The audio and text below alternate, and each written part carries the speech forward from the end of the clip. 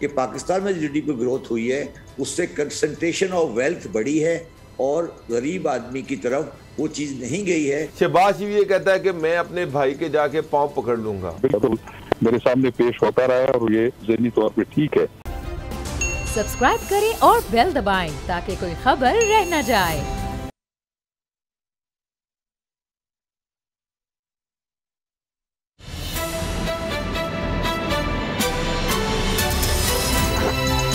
अब पता चला।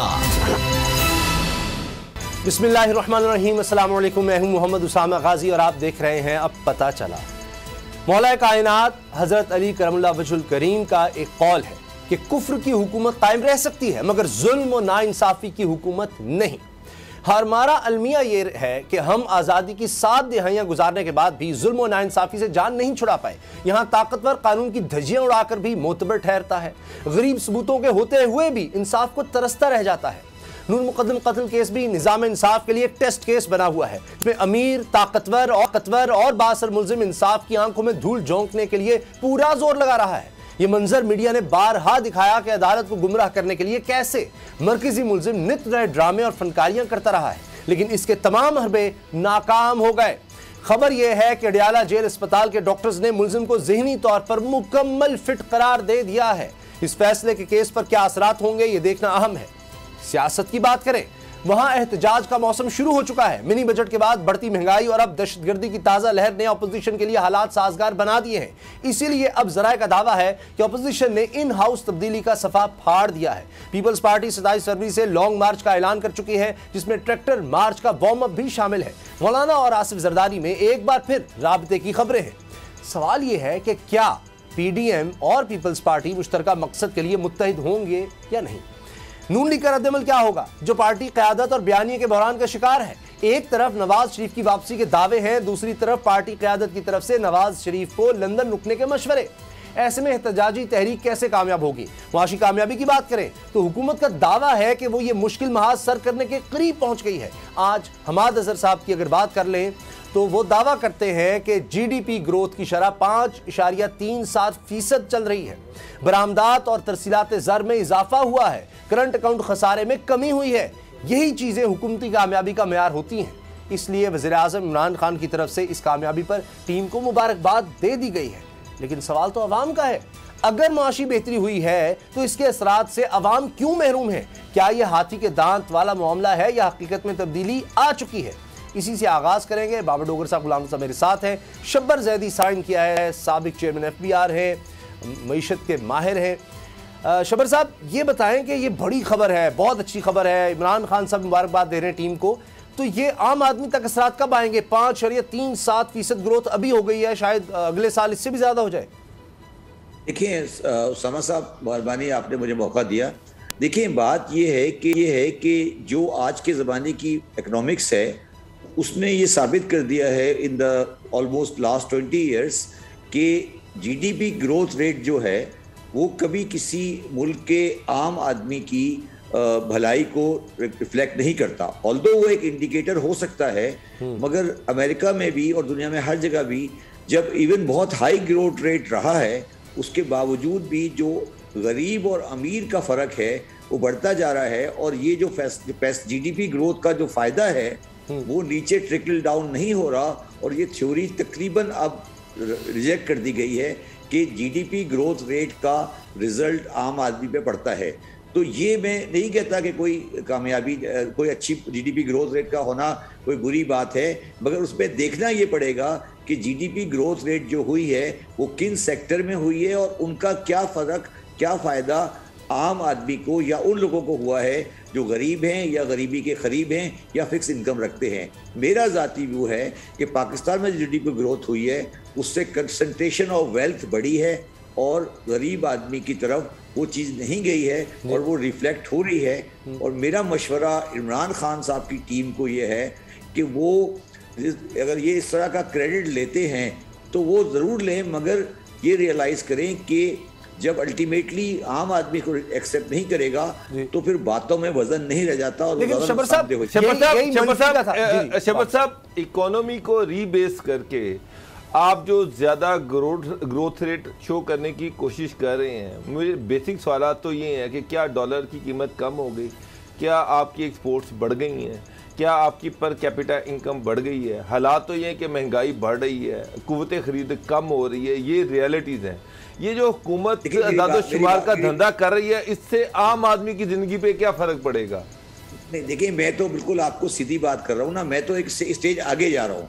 मैं तो ये कह रहा हूँ कि अगर ये एक्चुअल ग्रोथ रेट भी है, अगर एज्यूम कर लें कि ये एक्चुअल ग्रोथ रेट भी है और डीबेसिंग की वजह से ये नहीं हुई है, उसके बावजूद भी आम आदमी को इस ग्रोथ रेट का फ़ायदा इसलिए नहीं हो रहा कि ये जो ग्रोथ आप दिखा रहे हैं, let me explain to you, ये कहाँ हो रही है। अभी आप इनसे पूछें कि ये ग्रोथ रेट कहाँ हो रही है, वो आपको बताएंगे कि लार्ज स्केल मैन्युफैक्चरिंग सेक्टर में ग्रोथ है। अब लार्ज स्केल मैन्युफैक्चरिंग सेक्टर का सबसे बड़ा आइटम आपको पता है क्या है?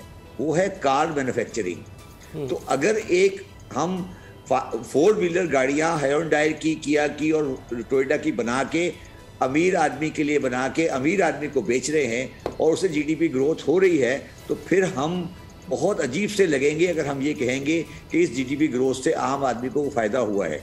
तो हम ये बड़ी सरसरी बात कर रहे हैं कि हमने जीडीपी ग्रोथ कर ली। शब्बर साहब, आपकी बात दुरुस्त है, लेकिन यही हमने जब मनफी में देखी, यानी माशी नमू, मईशत ग्रो करेगी, पहिया चलेगा, पैसा बन रहा होगा तो हुकूमत उसमें से टैक्स निकाल सकेगी, उसी में से फिर लोगों को, गरीब लोगों पर खर्च कर सकेगी, उसी में से सब्सिडी दे सकेगी। तो ये तो मनफी से अब यहाँ तक पहुंचना, ये तो बड़ी बात नहीं है। नहीं, मैंने आपको बिल्कुल आपकी बात से डिसएग्री नहीं किया। मैं तो कह रहा हूँ कि जीडीपी ग्रोथ रेट अच्छी चीज़ होती है। सवाल जो इसी चीज़ में मैं आपको इससे एक स्टेज आगे लेता हूँ। जब मैंने गाड़ियों का प्लांट लगा दिया और मैं गाड़ियों के प्लांट में खर्च कर रहा हूँ, तो मुझे बताइए कि जो मेरा डॉलर का रुपी बैलेंस है वो ख़राब हो गया और उसकी वजह से मेरी डॉलर की रुपी की वैल्यू ख़राब हो गई। मैंने जीडीपी ग्रोथ की फिगर बढ़ा ली और आपने डॉलर को गिरा दिया, जिसकी वजह से महंगाई बढ़ गई। तो ये बात याद रखें उसामा, कि जो इकोनॉमी होती है ना, वो इंसानी जिस्म की तरह होती है। इसमें अगर आप एक सुई चुभवाएंगे इस जगह पर तो दूसरी जगह पर दर्द होता है। ये जो लोग इकोनॉमी के मसाइल को एक जगह लेके और उससे गलत कंक्लूजन लेते हैं, तो कोई भी आदमी ये कहना कि जीडीपी ग्रोथ हो गई, इससे हमने मसले हल कर दिए और हम सही सिम पे आ गए हैं, ये एक बहुत ही नामुकम्मल और बहुत ही सरसरी बात है। मैं इससे एग्री नहीं करता। मैं तो इस पर आपसे दोबारा आपसे बात कर रहा हूँ। मुझे इस जीडीपी ग्रोथ के अंदर इसकी कंपोजिशन देखनी है ना, कि इसमें गाड़ियां बन रही हैं, एग्रीकल्चर हो रही है, कोई कंस्ट्रक्शन हो रही है, किस चीज में ग्रोथ हो रही है। यस, अगर वो ग्रोथ आगे ट्रिकल डाउन हो रही है, उससे फर्क पड़ रहा है, yes I am agreeable with this. मगर ये जो बात कर रहे हैं ये मुझे ज्यादा इसने मुतासिर नहीं किया है। मैं ये ठीक है, गुलाम साहब। अच्छा जी, जिस तरह से अभी रीबेसिंग की हम बात कर रहे हैं, अवाम के हालात तो आपके सामने है। नेशनल अकाउंट कमेटी ने मई में जायज़ा लेना था इसका, लेकिन कल ही जायज़ा लेके कल ही रिपोर्ट वज़ीर-ए-आज़म साहब को पेश कर दी कि जनाब हम तो मईशत आसमानों से बातें कर रही है। अगर हम इन्हीं की बेसिस को सामने रख लें तो मजमूई कर्ज़े और वाजबात जो हैं वो 14% तक बढ़ गए हैं। यानी हमारी इकॉनमी, अगर इन्हीं की जो इन्होंने अभी नेशनल अकाउंट्स की रीबेसिंग की है, इसके मुताबिक टैक्स टू जीडीपी कम हुआ है, इसके मुताबिक मजमूई कर्ज़े और वाजबात 14% बढ़ गए हैं। और कोई ऐसी हमें एलएसएम में या स्मॉल स्केल मैन्युफैक्चरिंग में कोई ऐसी चीज़ नज़र नहीं आ रही जो कारोबार लोगों का बढ़ा रही हो या आवाम को रोज़गार के मौके फराहम कर रही हो। इसमें खाने पीने की अशियाँ, मशरूबात 0.94 से बढ़कर 10.7% हो गए हैं। और पर कैपिटा इनकम को जो ये बढ़ा के बता रहे हैं $123 पर एनम ये बड़ी है इनके मुताबिक। लेकिन ये सारे आप ये बुनियादी तौर पे हमें बता दें हमारे नाजरीन को कि ये एक मखफरूज़ा होता है। ये तो कोई भी चीज़ अगर आपने जीडीपी की देखनी है तो एट द एंड आपको साल के आखिर में जब फिगर, मैं आपको बिल्कुल एक सीधी बात करने की कोशिश कर रहा हूँ। बात ये है कि जो आपने बातें की वो तब सारी बिल्कुल ठीक हैं और मैं एज ए इमरान खान के हमदर्द होने की बुनियाद पर उनको ये मशवरा दूंगा और उनको ये रिक्वेस्ट करूंगा कि वो इन चीज़ों को अपने क्रेडिट में नहीं लें, क्योंकि ये हम तारीख में देख चुके हैं कि जो आम आदमी हैं, जो लोग हैं, वो इन सब चीज़ों को समझते हैं और अब अब उन चीज़ों की वो जो आपने निशानदेही कही है उनको टेक अकाउंट फॉर करते हैं। और हम ये अगर आज कहने बैठ जाएं कि हमने पाकिस्तान की मईशत के सिमत को सही कर दिया है, तो कम से कम मेरा जैसा आदमी इसको कभी एग्री नहीं करेगा। अगर इमरान खान की गवर्नमेंट ये कहे कि हमने सही नहीं किया है मगर हम सही करने की कोशिश कर रहे हैं या हमने कोई कोशिश की है, तो वो ज़्यादा बेहतर बात है, ना कि ये कहना कि हम सही राह पे पड़ चुके हैं या हमने सही कर लिया है। जो आपकी बात बिल्कुल दुरुस्त है कि हमारे दोनों बैलेंसेस, जो करंट अकाउंट बैलेंसेस है और फिस्कल डेफिसिट है, वो जिस शरह पे पहुंच चुका है उसमें कभी भी आप पाकिस्तान से महंगाई का तूफान नहीं खत्म कर सकेंगे। लेकिन शबर साहब, आपने कहा महंगाई का तूफान खत्म नहीं हो सकता। इमरान खान साहब की स्टेटमेंट है, वज़रा की स्टेटमेंट है कि ये तकरीबन अप्रैल तक है, मार्च अप्रैल के बाद आप महंगाई को कंट्रोल होता देखेंगे। 2-3 माह की बात रह गई है सर। देखिए, मैं बड़ा ऑप्टिमिस्टिक इंसान हूं, मगर मुझे ये समझा दें कि आज के अखबार की या कल के अखबार की हेडिंग है, एक्सचेंज कंपनी ने थ्रेट किया है कि हम डॉलर को 200 रुपए कर देंगे। ठीक है, आपने अखबार में पढ़ा होगा, कल की है। ठीक है, और आपने ये भी पढ़ा होगा कि हमारा फिस्कल डेफिसिट जो 22 में आ रहा है वो एक्स्ट्राऑर्डिनरी होगा। हमारे फॉरेन डेट्स भी बढ़ते जा रहे हैं। तो अगर कोई हमारे पास कोई जादू की छड़ी है जिसके बेस पर हम महंगाई को कम कर सकेंगे, तो मेरी इल्म में नहीं है। हाँ, अगर हम ये समझते हैं कि ऑयल प्राइसेस कम होगी और उससे हम प्राइसेस को कम कर देंगे, यस दैट इज़ राइट। मैं वही आपको अर्ज करने की कोशिश कर रहा हूँ कि मेरी ज़िंदगी के तजर्बा ये है कि हुक्मरान नाकाम अपनी कोशिशों से नहीं होते, वो नाकाम अपने मुशीरों की गलत मशवरों से, और वो जो शाह से ज़्यादा शाह के वफादार होते हैं, जब उन हुक्मरानों को ये समझाते हैं कि सर सब कुछ ठीक है, तो फिर बाद में समझ एक दिन पता लगता है अच्छा, कुछ भी ठीक नहीं है। आपने 200 रुपए डॉलर वाली बात की है, तो आपके ख्याल से क्या ये विदहोल्डिंग टैक्स नहीं लगना चाहिए, जिस पर ये एक्सचेंज कंपनीज कह रही हैं जी हम ये 200 रुपए तक ले जाएंगे, इसको इससे भी ऊपर ले जाएंगे, या 20-25 रुपए तो टैक्स हमसे ले रहे हैं, तो क्या ये नहीं लगना चाहिए? क्योंकि आप चेयरमैन रहे हैं एफबीआर के और आपने बड़ी कोशिशें की कि टैक्स बढ़ाएं। देखिए, मेरी बात सुने। पहली बात तो ये, मुझे ये समझ नहीं आ रही कि उनसे 25 रुपए टैक्स कौन ले रहा है। ये जो टैक्स लगा हुआ है फेडरल एक्साइज ड्यूटी, ये लगा हुआ है on the services of exchange company. तो ये जो उनकी जो मुझे जहाँ, और पहली बात, तीसरी बात जो उसमें बड़ी इंटरेस्टिंग है कि ये टैक्स कब लगा है, कौन से लॉ में लगा है। ये टैक्स तो लगा ही नहीं है, ये टैक्स तो नोटिस आए हैं उनको। ये तो एक, आप समझें कि एक रेंट सीकिंग है कि वो कह रहे हैं कि जो आपने हम पे सर्विस टैक्स लगाया था, मेरे हिसाब से मेरी इंफॉर्मेशन ये कहती है ये टैक्स 2013 में लगा था, आज तक रिकवर नहीं हुआ है, अभी किसी ने रिकवरी का नोटिस दिया है। तो अगर एक एक्सचेंज कंपनी पाकिस्तान में 15 रुपए के डॉलर बढ़ाने की थ्रेट दे रही है, तो मेरा तो ख्याल है उन लोगों को बुला के स्टेट बैंक में उनको पूछे भाई आपको थ्रेट देने का क्या हक हासिल है।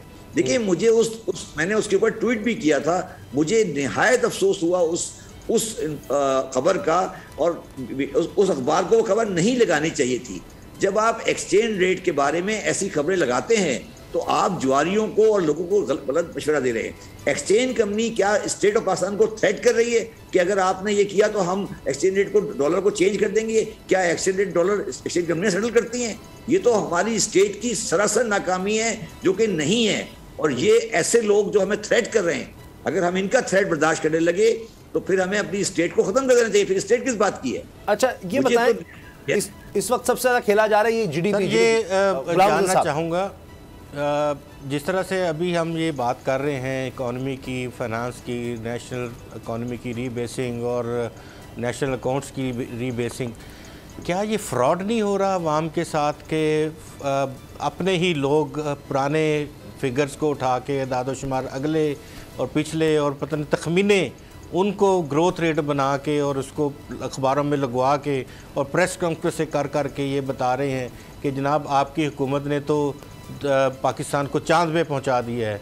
तो ये वज़ीर-ए-आज़म के मुखलस हैं, वज़ीर-ए-आज़म के ये अंदर से वज़ीर-ए-आज़म के ख़िलाफ़ है, चाहते हैं अवाम इमरान खान मुर्दाबाद के नारे लगाने शुरू कर दें। खुदा न खासा जो ये जिस तरह की बातें उनसे कहलवा रहे हैं, उन्होंने इनकी बातें सुन के मुबारकबाद भी दे दी है कल।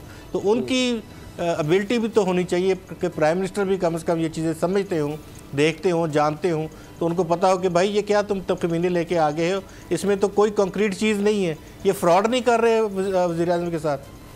देखिए, आपकी बात बिल्कुल दुरुस्त है। मैंने आपको यही बात तो मैं कह रहा हूँ मैंने इसलिए कहा कि मैं इमरान खान का मुखलिस दोस्त हूँ, अभी भी उनका दोस्त हूँ। मैं उन्हें ये मशवरा दे रहा हूँ कि वो इन चीज़ों पे ध्यान नहीं दें, बल्कि जो लोग उनको इस तरह पे आके और इस तरह के मशवरे दे रहे हैं उनसे बाज रहे हैं। ये लोग ये शाह के वफादार हैं। उनकी प्रॉब्लम ये है कि उनकी अपनी कोई पॉलिटिकल बेस नहीं है। वो इमरान खान की पॉलिटिकल बेस को इस्तेमाल कर रहे हैं, मगर इमरान खान को ये अंदाज़ा होना चाहिए कि इमरान खान की पॉलिटिकल बेस बिल्कुल हवा में उड़ जाएगी ये चीज़ें, क्योंकि अवाम बेवकूफ़ नहीं है। देखिए बात बड़ी सिंपल सी है, आज का ज़माना वो नहीं है कि आप कोई बात करें और लोग उसको एक्सेप्ट कर लें। अब सब चीज़ें जो भी आपने डीबेसिंग की है, मैं नहीं कह रहा कि फिगर गलत है, फ्रॉड किया नहीं किया, ये मैं इस अवलोकन में जाना नहीं चाहता, मगर मेरा कहने का मकसद ये है कि ये इकनॉमी जो होती है ना, मईशत पाकिस्तान की, ये सियासी खेल नहीं है। प्लीज़ ये एक प्रेस कॉन्फ्रेंस एक मिनिस्टर कर दे पीटीआई का, उसके जवाब में एक पाकिस्तान फीमेल एन की मिनिस्टर एक बयान दे दें। ये जो खेल हमने खेलना शुरू किया, इसको खुदा का वास्ता बंद करें, इस पर पाबंदी लगवाएं। लेकिन शबर साहब पीछे काफ़ी प्रोग्राम हमने आपके साथ किए हैं। आप हर दफ़ा ये कहते हैं कि इमरान खान साहब ऐसे मशीर जो उनको गलत मशवरे दे रहे हैं उनसे अपने आप को अलहदा कर लें, उनसे अपने आप को दूर कर दें। लेकिन मैं ये देख रहा हूँ कि जो ये आप जिस तरह से आप ये कह रहे हैं, ये जो गलत मशवरे देने वाले मशीर या वज़ीर है, ये उनके मज़ीद करीब हो रहे हैं। ऐसे लगता है कि जैसे इमरान खान ये चाहते हैं कि वो इस तरह की चीज़ें करें, और इमरान खान को पसंद है कि वो इस तरह के जाली फिगर्स के साथ खेलें ताकि उनकी मकबूलियत बढ़े जाली फिगर्स के साथ। मुझे तो यही लग रहा है। अच्छा, मैं आपको उसकी वजह बताता हूँ। देखिए बात ये है जनाब, इशू ये है कि हमारे मुल्क में जब कोई आदमी किसी भी पोस्ट पे चला जाता है, प्राइम मिनिस्टर हो या छोटी मोटी पोस्ट भी हो, तो उसका जो अवाम से राब्ता होता है वो ख़त्म कर दिया जाता है। इमरान खान के बारे में मुझे आप एक बात बताइए कि इमरान खान साहब कितने टाइम पर उन लोगों से मिलते हैं जो लोग या उनके साथ खाना खाते हैं या उनके साथ उठते बैठते हैं जो उनको ये कह सकें कि सर आप सही नहीं कर रहे। जब आप 24 घंटे उन लोगों के साथ उठते बैठेंगे जो आपकी खुशामद कर रहे हैं, और देखिए अच्छा हुक्मरान वो होता है, आपको याद होगा पहले ज़माने में हुक्मरान शहरों में लिबास बदल के फिरा करते थे ये देखने के लिए क्या कह रही है। ये बात हम कहानियों में सुनते हैं, मगर वो कहानियाँ नहीं है। इमरान खान को ये चाहिए कि वो अपने टाइम गुजारें उन लोगों के साथ जो उनकी गवर्नमेंट में नहीं है, खाना खाएं, उनके साथ बैठें, फ्री उनके साथ गुफ्तगू करें, वो उनको बताएंगे कि सर क्या आपके लिए अच्छा है, क्या आपके लिए बुरा है। दिखाते तो है कभी कभी इस्लामाबाद में वो चले गए किसी रेडी बान के पास, सर वो इस्लामाबाद में एक कोसार रेस्टोरेंट में बाहर बैठ के एक बर्गर खा लिया, वो उसकी बात नहीं कर रहा मैं। अमेरिकन प्रेसिडेंट जो होते हैं या इंग्लैंड रेडी वालों के पास गए हैं, जाकर पूछा जो ये रेडी वाले भी जो है ना वो सारे मैनेज होते हैं, इसी तरह होता है। अच्छा। लेकिन शबर साहब हकीकत तो ये है कि कैबिनेट की मीटिंग में फूड सिक्योरिटी के मिनिस्टर्स कहते हैं कि खाद सरप्लस है। उसके बाद सीसीआई की मीटिंग होती तो उसमें वो कहते हैं कि जी 50,000 टन एक्सपोर्ट करनी है। उस सीसीआई मीटिंग के जब मिनट्स कैबिनेट के पास अप्रूवल के लिए जाते तो उसमें 1 लाख टन जो खाद है वो एक्सपोर्ट करने की रिक्वेस्ट होती है। अब मुझे बताया कि क्या उस मिनिस्टर को नहीं पूछा जाना चाहिए कि भाई तुम तो कह रहे थे सरप्लस है और सीसीआई में तुम कह रहे हो कि जरा 50,000 टन एक्सपोर्ट कर ले, और जब दोबारा कैबिनेट के आगे मामला आता है तो 1 लाख टन। तो वहां पर तो मुझे लग रहा है कि कैबिनेट में बिल्कुल गलत बयानी होती है। सारी चीजें वो कही जाती हैं जो खान साहब को पसंद है, कोई ऐसी चीज नहीं कही जाती जो उनको नापसंद है। कोई ऐसा बंदा उनके सामने नहीं जाने दिया जाता जो उनके मिजाज के खिलाफ बात करता है। तो इस तरह अगर आप एक ख्याली दुनिया में रहेंगे तो मुल्क कैसे चलेगा? लेकिन ये खबरें तो गुजरती हैं नजर से कि साहिवाल से लेकर लुधियाना तक मैं आपको थोड़ा इसको सॉर्ट आउट कर देता हूँ। देखिए दुनिया में मैंने भी बहुत ऑर्गेनाइजेशन चलाई हैं।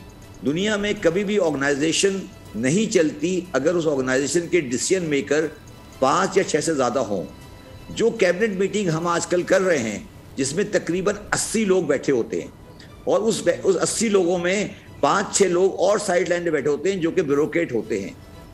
उन मीटिंग के अंदर कोई बुनियादी फैसला इसलिए नहीं हो सकता कि ना उसमें कॉन्फिडेंशियलिटी रह गई है, ना उसके अंदर कोई डिस्कोर्स रह गया है, क्योंकि वहाँ सब एक दूसरे के इतनी बड़ी आप लेके बैठेंगे। और खान साहब जब पावर में नहीं थे वो ये कहते थे कि कैबिनेट छोटी करें। अब अगर कैबिनेट की मीटिंग के अंदर आपने 80 बंदा बैठाया हुआ है या 70 बंदा बैठाया हुआ है और आप एक ऑडिटोरियम में बैठे हुए हैं, तो उस ऑडिटोरियम में कोई भी नहीं चाहेगा कि वो प्राइम मिनिस्टर साहब पे कि जाती ऐसी बात करे जो पब्लिक से बाहर निकल जाए। 8 आदमी मैं करने को तैयार हूँ। तो अगर आपने पाकिस्तान को चलाना है, और मैं आपको बड़ा कैंडिडेट बात कर रहा हूँ, अगर पाकिस्तान को चलाना है तो डिसीजन मेकिंग कैबिनेट की सिर्फ 7 या 8 आदमी में होगी। अगर आपने उससे बड़ी कैबिनेट बनाई तो पाकिस्तान की मईशत चल ही नहीं सकती। मैं आपको ये बात आज लिख के देने को तैयार हूँ। और दुनिया में कहीं पे भी कैबिनेट 8-10 से ज़्यादा की नहीं होती। फैसले कॉन्फिडेंशियल होते हैं, फैसलों में डिस्कशन होती है, फैसलों के बारे में चीज़ें होती हैं। अब ये नहीं हो सकता कि मैं ऑडिटोरियम में बैठा हूँ जो कि तकरीबन 80 गज से बड़ा है, एक बड़ी सी टेबल दरमियान में बड़ा सा खला है, और मैं बैठ के टेक्निकली स्पीकिंग एक मजमे को खिताब कर रहा हूँ। उस मजमे का खिताब कैबिनेट मीटिंग नहीं हो सकती। मेरा कहना यह है कि इमरान खान साहब को इमीडिएटली अपनी फाइनेंस की किचन कैबिनेट बनानी पड़ेगी। सर अगर इमरान खान जी अभी देखिए काबीना की मीटिंग में शेख रशीद साहब रसीदें लेकर आए और कहते रहे कि कहाँ है वजीर खजाना, जो वो हमें कहानी सुनाते हैं वो दुरुस्त नहीं है, मैं आज रसीदें लेकर आया हूँ कि कीमतें क्या है, जो कीमतें आप बताते हैं वो दुरुस्त नहीं। तो इमरान खान साहब भी कहते रहे जी वजीर खजाना कहाँ है, लेकिन वो शायद उन्होंने करंतना कर लिया खुद को। तो ये चीजें तो वहां कुछ ना कुछ तो लोग रखते हैं शेख रशीद जैसे। मगर जीडीपी की अगर हमने स्टार्ट की थी बात, तो सर नून लीग सबसे बड़ी जो अचीवमेंट दिखाती है वो देखें जी, हमारे दौर में 5% थी, 5%। हम 5% छोड़कर गए थे जीडीपी, मुल्क तरक्की कर रहा था, माशी तौर पर आगे जा रहा था। इस वजह से हुकूमत शायद मुकाबला करने के लिए ये फिगर्स दे रही है। सर आपने बड़ी अच्छी बात की, मगर मुझे बताएं कि अगर एक शेख रशीद साहब रसीदें लेकर आए और वो अकाउंटेबल कर रहे थे प्राइम मिनिस्टर फाइनेंस मिनिस्टर को, तो ये कैबिनेट मीटिंग नहीं हुई, ये तो कोर्ट हो गई। सर मीटिंग वो होती है जहाँ सब हम ख्याल बैठते हैं। Please try to understand, Imran Khan की गवर्नमेंट का प्रॉब्लम ये है कि वहाँ हम ख्याल लोग नहीं हैं। खान साहब जज बन गए, वो दो हम लोगों के दरमियान में जज बन के फैसला कर रहे हैं। कैबिनेट होती है हम ख्याल लोगों की, जो एक दूसरे से एग्री करते हैं, जो फैसले बाहर करते हैं, वहां आके सिर्फ फैसले रिकॉर्ड किए जाते हैं। प्लीज ट्राई टू अंडरस्टैंड मैं क्या कह रहा हूं, इसको समझें। ये नहीं हो सकता कि कैबिनेट मीटिंग में एक मिनिस्टर दूसरे मिनिस्टर के साथ अकाउंटेबिलिटी करे और वो बात आपको पता हो। आपको पता नहीं हो, आपको जो आपने बात की है इसका मतलब है आपको पता है ना। नहीं, आपकी तजवीज़ अच्छी है कि बिल्कुल इमरान खान साहब इस चीज़ के हामी थे कि काबीना का साइज ये नूली पर तनकीद किया करते थे माजी की हुकूमतों पर, लेकिन अब खुद मजबूरन ऐसा उनको करना पड़ा है। शबर जैदी साहब, साबिक चेयरमैन एफबीआर, बहुत बहुत शुक्रिया सर, आपने हमें वक्त दिया। ये जनाब जीडीपी की ग्रोथ हो रही है, लेकिन आम आदमी तक उसके असरात कब पहुंचेंगे ये देखना बाकी है। इसी पर हमने बात की। ब्रेक लेते हैं, न्यूज़ अपडेट्स हैं और उसके बाद बात करेंगे कि किस तरह से लॉन्ग मार्च की तैयारियां हैं, नून लीग क्या सोच रही है, मियां नवाज शरीफ की अब वापसी क्या इलेक्शन तक भी नहीं होगी। ब्रेक के बाद बात करते हैं।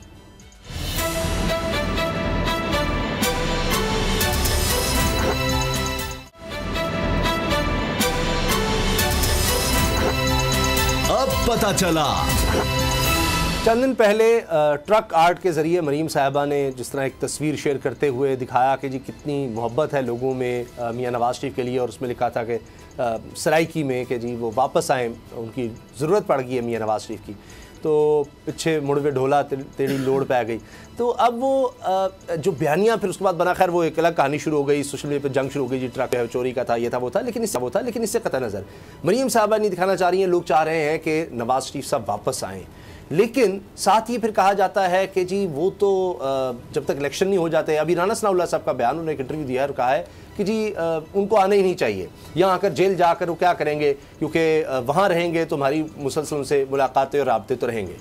अयाज सादिक साहब इससे पहले कह चुके हैं, मेरे चेहरे की मेरे चेहरे का हशाश होना देखिए, मेरी खुशी देखिए, मैं जा रहा हूँ फिर और नवाज शरीफ वापस लेकर आऊँगा। तो गुलाम रज़ा साहब मुझे ये समझाएं कि ये चले उनका वापस आना सियासत में क्या भौचाल मचेगा। अभी लॉन्ग मार्च की बात है, शीर साहब ने कहा जी दोनों मिलकर आओ, पीपल्स पार्टी, नून लीग, पीडीएम सब मिलकर आओ, उस पर बात करेंगे। लेकिन ये हमारी सियासत में ये झूठ, ये इस तरह से दगा, फ्रॉड, ये क्यों आ गया है? आप कह दें कि भाई मियाँ साहब जो हैं वो इलाज वगैरह छोड़ें, वो ऐसी बातें हैं, जेल वो नहीं जाना चाहते तो वो आ जाएंगे, डर लगता है जेल से, या नहीं कंफर्टेबल जेल में हम गए हुए हैं, तो जब हम चाहेंगे वो वापस आ जाएंगे जब यहाँ पर केसेस खत्म हो गए। इसमें इतनी बड़ी क्या बात है? साफ साफ कह दें। मतलब कभी कहते हैं इलाज, कभी कहते हैं ये, इस तरह तो फिर आप अपनी साख होते हैं। पता नहीं हमारे यहाँ शायद सियासत का दूसरा नाम झूठ बना दिया गया है।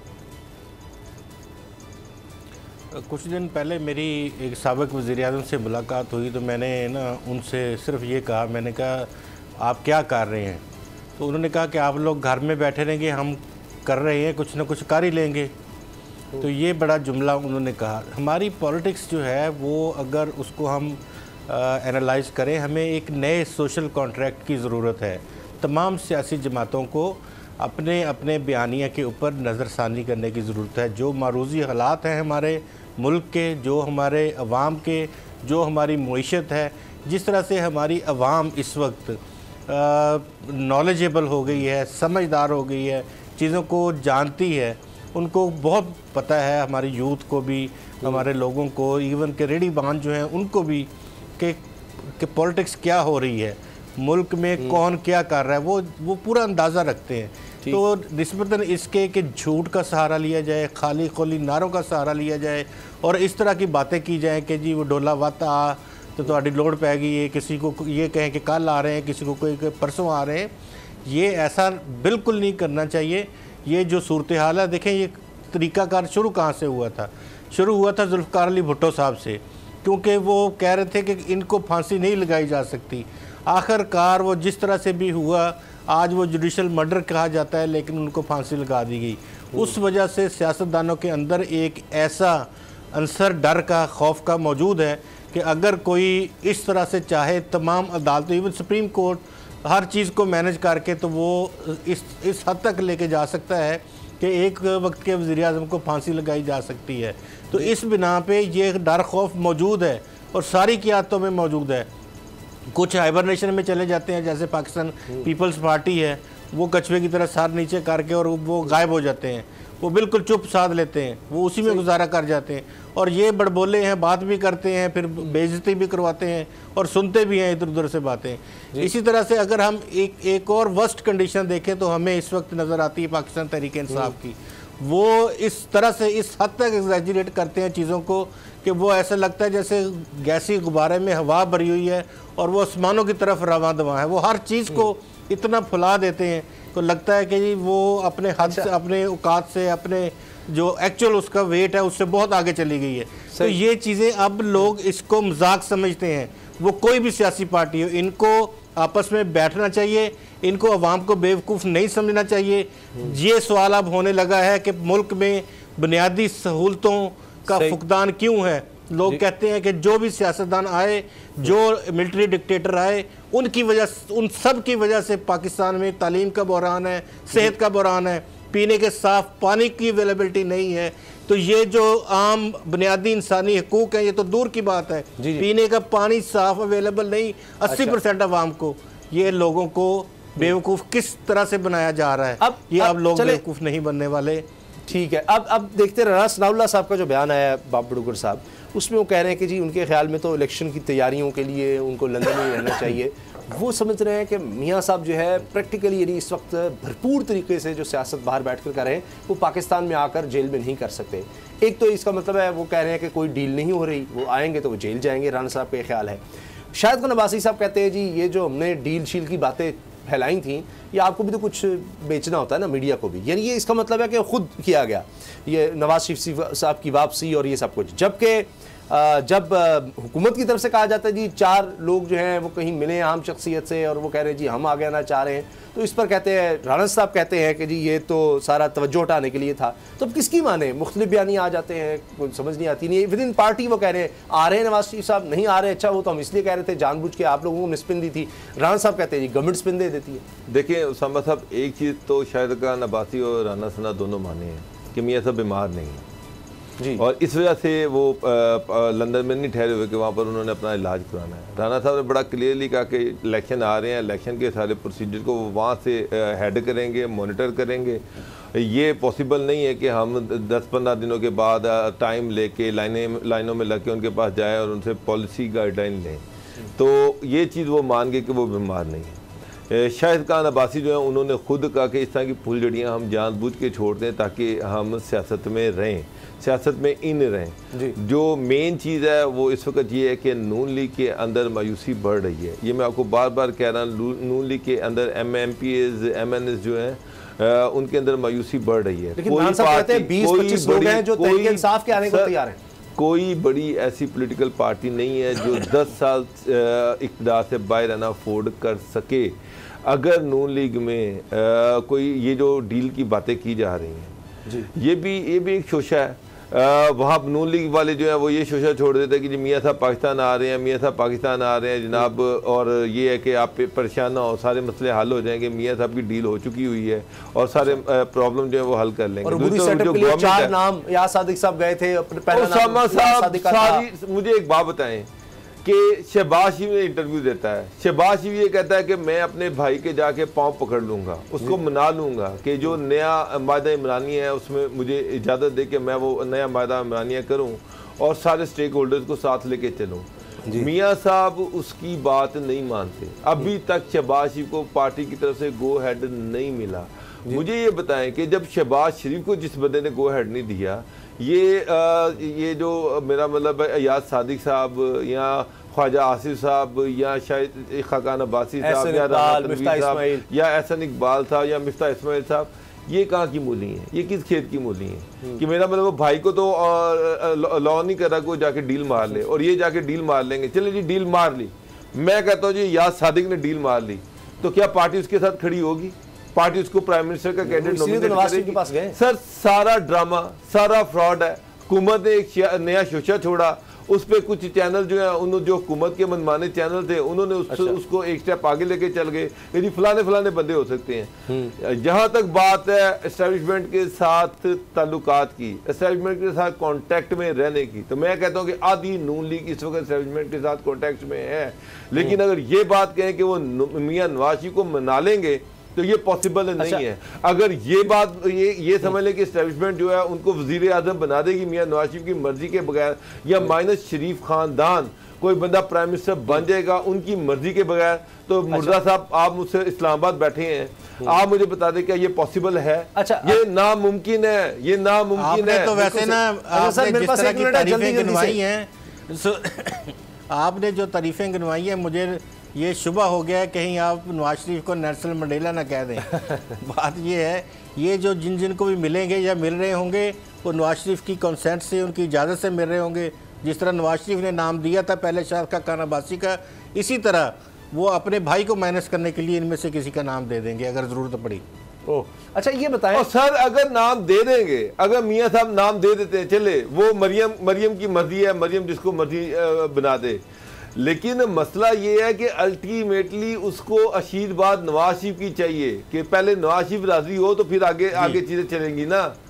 तो वो पहले मियाँ साहब अब गए हैं, ये याद सादिक साहब, जो इतलात है वो तो ये थी कि वो तो शहबाज शरीफ के हवाले से मनाने गए थे कि जनाब अगर शहबाज शरीफ को आप गो हेड दे दें, तो अगर शहबाज शरीफ को गो हेड नहीं मिलता और शहबाज शरीफ को आप माइनस करते हैं, तो मुझे एक बात बता दें कि क्या याद सादिक प्राइम मिनिस्टर बन जाएगा? अच्छा ये बताएं, चले सर 1-2 मिनट रह गए ब्रेक में, बहुत मैं चाह रहा हूँ जल्दी से इस पर बात हो जाए।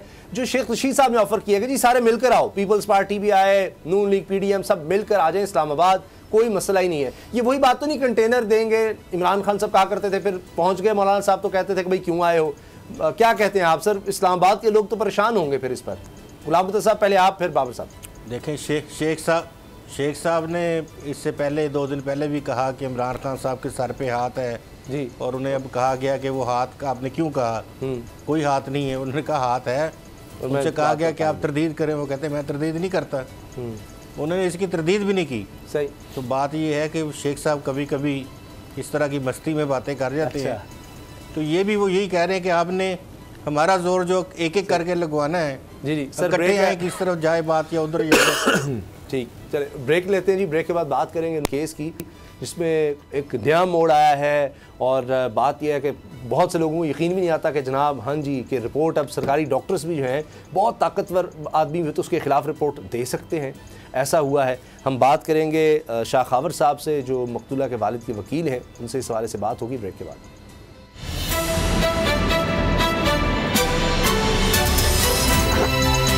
अब पता चला,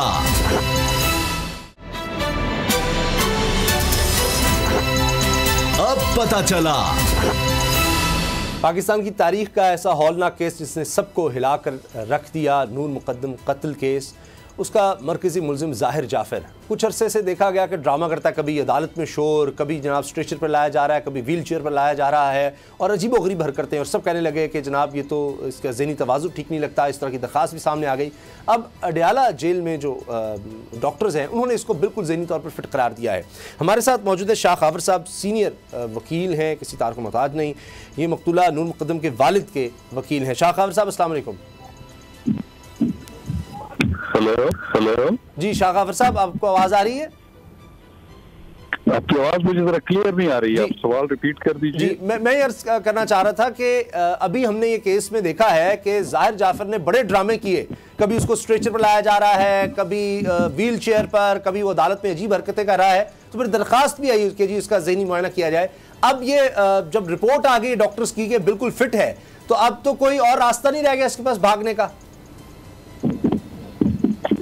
अच्छा, आपकी आवाज मुझे सही सुनाई नहीं दे रही, लेकिन जहाँ तक आपने जाकिर का जो जिक्र किया कि उसको व्हील चेयर पे कभी लाया जा रहा है, कभी स्ट्रेचर पे, तो इसका जो है वो ट्रायल के ऊपर कोई असर नहीं हो रहा। उसकी वजह ये है कि उनकी जो वकील साहब की तरफ से एक जो मौक़िफ़ इख्तियार किया गया था कि ज़हनी तौर पे जो है वो उनकी हालत ठीक नहीं है, उनका ट्रायल जो है वो नहीं किया जा सकता, तो वो दरख्वास्त तो लंदन ट्रायल कोर्ट ने जो है वो खारिज कर दी है।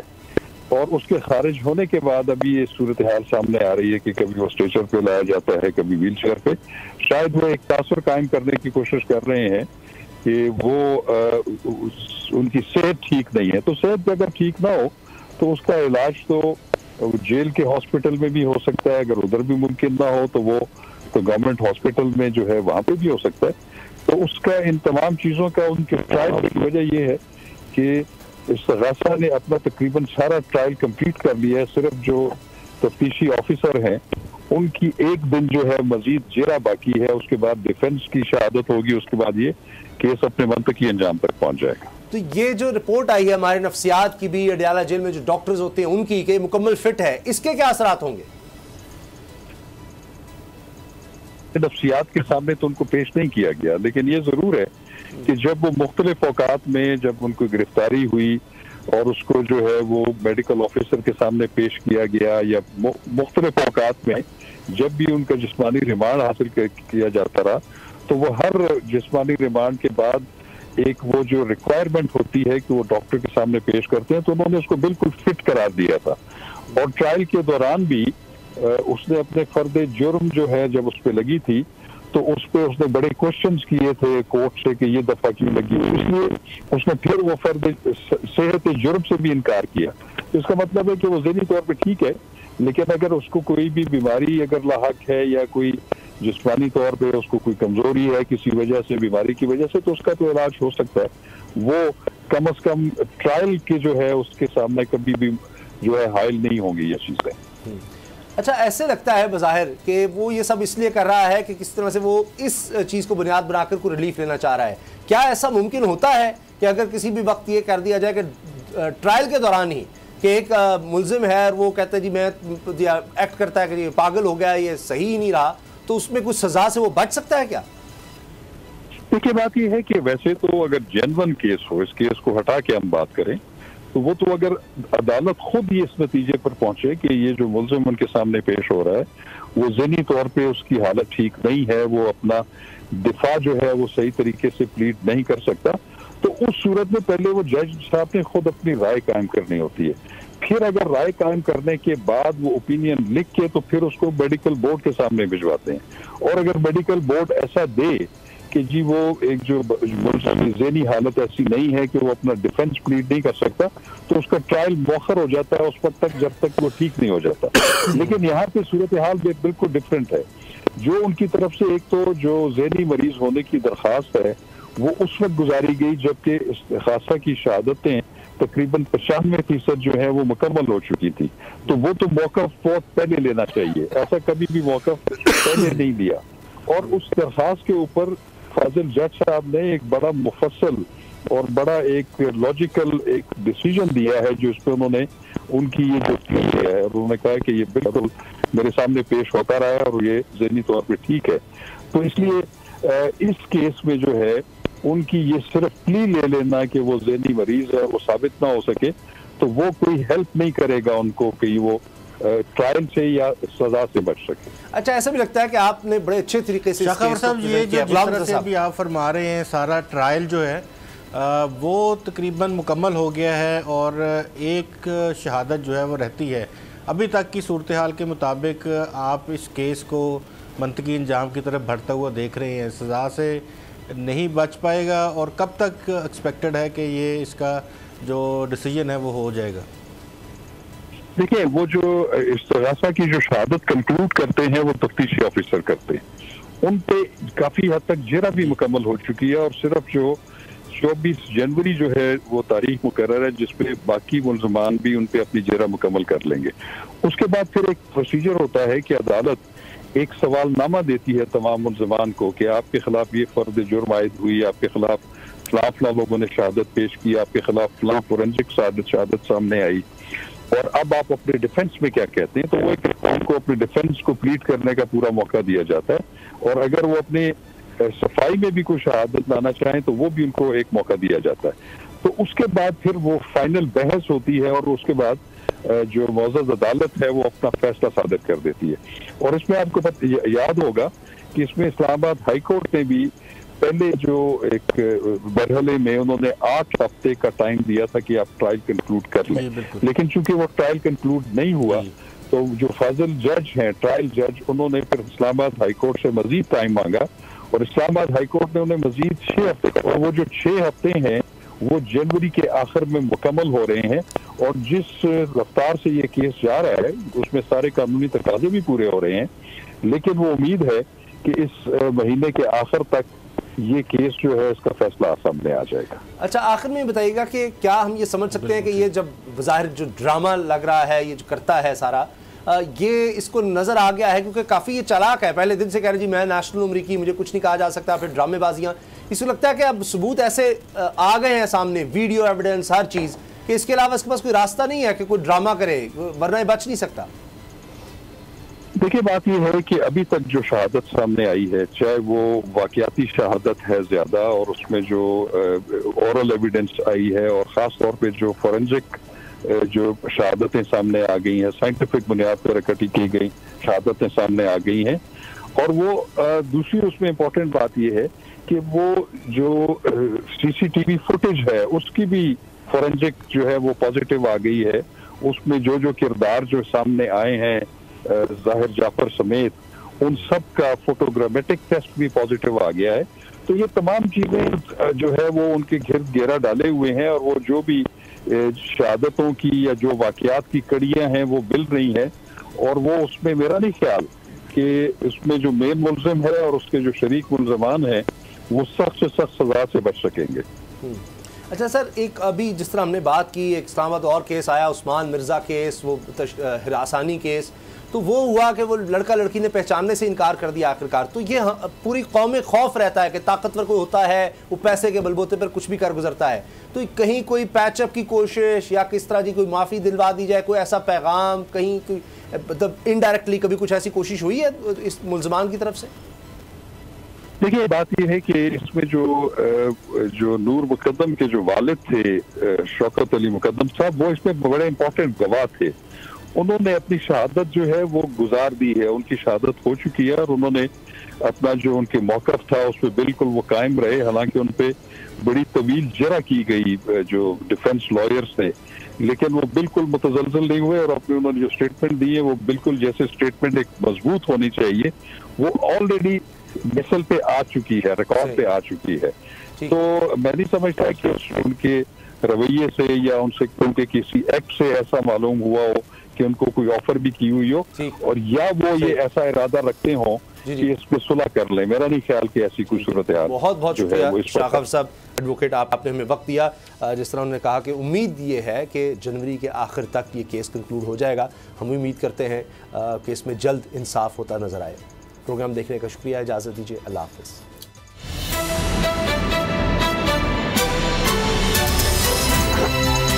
अब पता चला। सब्सक्राइब करें और बेल दबाएं ताकि कोई खबर रह न जाए।